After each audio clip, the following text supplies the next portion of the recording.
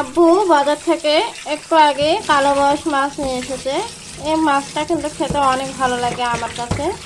বললো যে আজকে মাছ নিয়ে এসেছি, মাছ রান্না করো সুন্দর করে। আমি এখন মাছ ধরছে।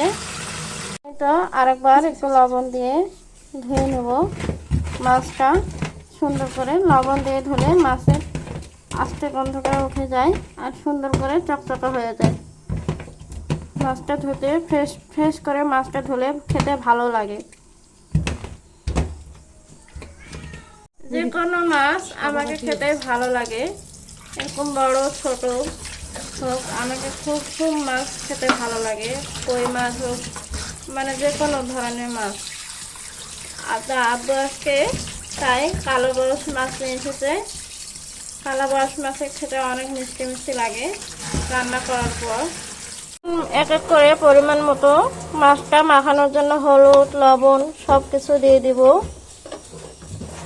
আম্মা একদিকে কাজ করতেছে, তাই আমি আরেকদিকে মাছটা মাখানোর জন্য হলুদ লবণ দিয়ে দিচ্ছি। গুঁড়ামরিচ, হ্যাঁ অল্প অল্প করে দিচ্ছি।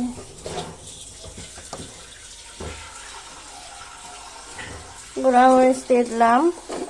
হাত দিয়ে না মেখে এইভাবে ঝাঁকিয়ে ঝাঁকিয়ে মাখলে ভালো হবে। হাত দিয়ে যদি না মাখতে চান এভাবে মাখতে পারেন। ফ্রিজে একটু ধনিয়া পাতা নিতে বললো, তাই দেখি একটু ধনিয়া পাতা নিই। ফ্রিজে কি আছে দেখি। কোথায় ধনিয়া পাতা? এই তো ধনিয়া পাতা, মিষ্টি কুমড়া আছে একটু, গাজর শসা, এরপরে ধনিয়া পাতা পেয়েছি। যে সেই বিখ্যাত ধনিয়া পাতা আমাদের তো ফ্রিজে রাখতে হয়, আমরা তো আর টাটকা পাবো না। গ্রামে গেলে টাটকা টাটকা পাওয়া যায়, সুন্দর লাগে দেখতে, খেতেও ভালো লাগে। আজকে টমেটোগুলাও অনেক সুন্দর, কাঁচা কাঁচা টমেটো। এরকম টমেটো প্রায় দেখি ভাজি করে খাই, আর কিন্তু আমরা তরকারিতে দিই। আম্মা মাছের তরকারিতেও দিবে, এবার সবজির তরকারিকেও তো দিয়েছে, অনেক ভালো লাগে। গুলো মেখে রেখেছিলাম হলুদ লবণ দিয়ে। কিছুক্ষণ পর মাছগুলো আবার রেস্টে রেখেছিলাম মেখে দিয়ে। এই তো এখন তেলে দিয়ে দেব। তেলটা গরম হলে মাছগুলো ভেজে নেব। আমি একটু পেঁয়াজ কেটে নিয়েছিলাম, আম্মা বলছিল যে পেঁয়াজটা কেটে নাও, সেজন্য পেঁয়াজটা কেটে নিয়েছিলাম। তারপরে সুন্দর করে মাছ দিয়ে দিল। টাটকা মাছ বেশি ভাজতে হয় না অবশ্য, আম্মু হালকা করে ভেজে নেয়। হালকা করে ভেজে নিলে স্বাদটা ভালো লাগে। এই যে একদিকে ভাত হচ্ছে, মাছগুলো ভাজা হয়ে গেছে। আম্মু এখন সুন্দর করে উঠে নিলে মাছগুলো হালকা করে ভাজতে হবে এইভাবে। এই যে গুলো ভাজা হয়ে গেছে, এখন আরেকটু তেল দিয়ে সম্পূর্ণ রান্নাটা করে নেব ভালো করে। এই মাছ রান্নাটা কিন্তু আম্মুর হাতে অনেক ভালো হয়। জিরা দিয়ে দিল আম্মু, জিরা দিলে একটু সেন্ট হয়। সাদা এলাচ দিবে এখন। এগুলো কেটে রেখেছিলাম, পেঁয়াজগুলো এখন দিয়ে দিবে। পেঁয়াজগুলো ভেজে ভেজে নেব। পেঁয়াজগুলো ভেজে নিলে ভালো করে মাছটাতে। আম্মু একটু পেঁয়াজও বেটেছিলে। ও জিরা, গোলমরিচ, আদা রসুন সব কিছু বেটে নিয়েছে।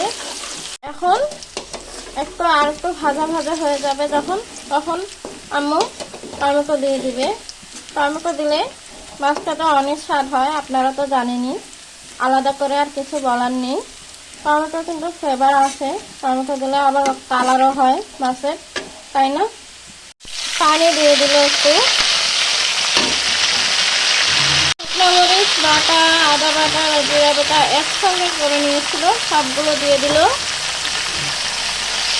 এই বাটা মশলা কিন্তু আলাদা স্বাদ। এই বাটা মশলা সব রান্নাতে দিলে অনেক স্বাদ হয়।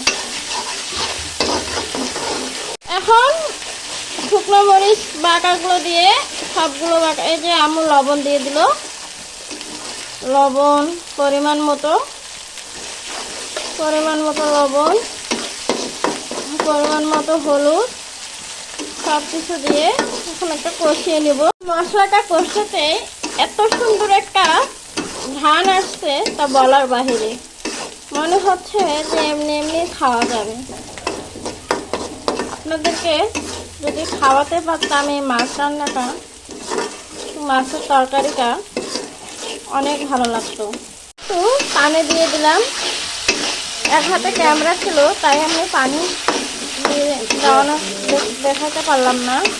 এই যে আম্মু আলাদা করে ধনিয়া গুঁড়ো নিয়ে আসো, ধনিয়া গুঁড়ো তো শেষ হয়ে গেছিলো, প্যাকেট থেকে বের করে দিল ধনিয়া গুঁড়োটা। ধনিয়া গুঁড়ো দিলে ভালো লাগে। তারপরে এই যে আম্মু টমেটো দিয়ে দিল। এখন টমেটোই হচ্ছে আসল স্বাদ, মাছকে অসাধারণ করে তোলে। করে পানি দিয়ে এখন একটু কষিয়ে নিব, টমেটোটা দিয়ে আরেকবার কষিয়ে নিয়ে তারপরে মাছগুলো দিয়ে দিব। আমার ভিডিওগুলো কেমন লাগে তা আমার কমেন্ট বক্সে জানাবেন। কে কোথা থেকে দেখছেন, কোন জেলা থেকে দেখছেন, কমেন্ট বক্সে জানাবেন। আজকে বিছানা থেকে উঠতেই ইচ্ছা করতেছিল না, তারপরেও জোর করে উঠে একটু এই তো আম্মু কাঁচামরিচ দিয়ে দিল। কাঁচামরিচেও ফ্লেভার আছে, তাই আমরা একটু কাঁচামরিচ দেওয়ার চেষ্টা করি সবগুলো তরকারিতে। তো বিছানা থেকে উঠতে ইচ্ছা করছিল না, তারপরেও জোর করে এসে রান্নাঘরে ঢুকলাম। তো রান্নাঘরে ঢুকে আম্মুকে একটু হেল্প করলাম, আমারও একটু ভিডিওটা হলো। একটু কষানো হয়ে গেছে, একটু ঝোল ঝোল রাখবো দেখে আম্মা আরেকটু পানি দিল। ঝোল ঝোল না খেলে একটু ভালো লাগে না। আর এটাতে কোনো আলু টালু মিশাল দিবে না, আম্মুর সাথে টমেটো দিয়ে রান্না করবে। এই তো একটা একটা করে মাছ আম্মু দিয়ে দিচ্ছে। আজকে মাছটা বেশি করে রান্না করলো, কারণ এই শীতের সময় মাছ বেশি করে রান্না করে রাখলে মাছটা একটু জমে থাকে, ওই জমে থাকা ঝোলটা খেতে অনেক ভালো লাগে, ভীষণ ভালো লাগে। আপনারা যদি খেয়ে থাকেন তাহলে কমেন্ট বক্সে জানাবেন। আপনারা মনে হয় খান অবশ্য, মাছের ঝোল জমে থাকলে অবশ্য অনেক মজা লাগে। অনেক সুন্দর এসছে, অনেক সুন্দর, অসাধারণ হয়েছে, দেখতে সুন্দর হয়েছে, খেতে অনেক মজা হবে। এইভাবে মাছ রান্নাটা করলে ভালো লাগবে খেতে। আপনারাও চাইলে এভাবে আমাদের মতন রেসিপিটা ফলো করতে পারেন, আমাদের রেসিপিটা। তো সবাইকে অসংখ্য অসংখ্য ধন্যবাদ আমার ভিডিওকে দেখার জন্য।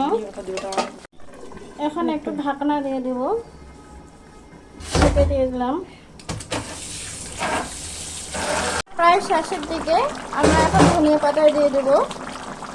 তো অবশ্যই জানাবেন আমার রান্নাটা কেমন লাগলো, আর বেশি বেশি করে লাইক করবেন, কমেন্ট শেয়ার সবাই যাতে দেখতে পারে। তো সবাইকে অসংখ্য অসংখ্য ধন্যবাদ আমার পাশে থাকার জন্য। আল্লাহ হাফেজ।